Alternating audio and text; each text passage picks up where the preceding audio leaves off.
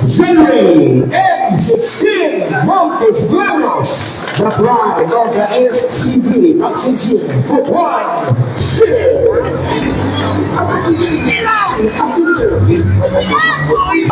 From Alpelastin Boxing Gym, Dubai, Butuan.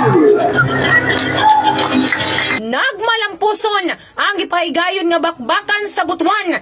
Fist of Fire nga gipasiugda sa Brigada News FM Butuan didto mismo sa Robinson's Place Butuan. Gibutyag ni Chris Claros, judge sa mong boxing event gikan sa Games and Amusement Board o GAB nga mao kini ang pinaka-successful nga boxing event nga iyang nasaksihan sa syudad sa Butuan. Sir, unsa may imong interpretation imong ikasulti sa bakbakan sa Butuan?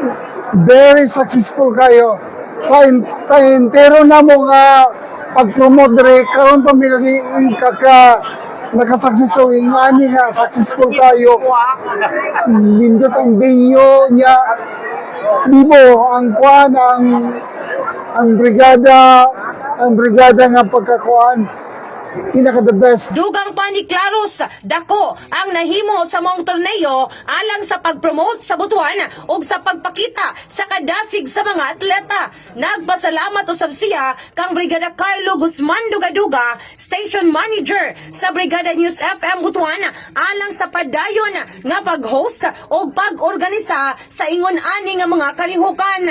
Sir Carlo, padayon sa pag-host sa ingani nga event kay maka-discovery pa tagdagan nga mga talent.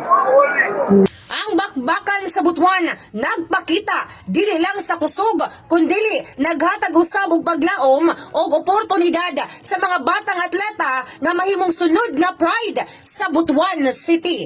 In the heart of changing lives, ako si Brigada Gatsby Monte de Ramos alang sa 96.7 Brigada News FM Butuan, the Music and News Authority.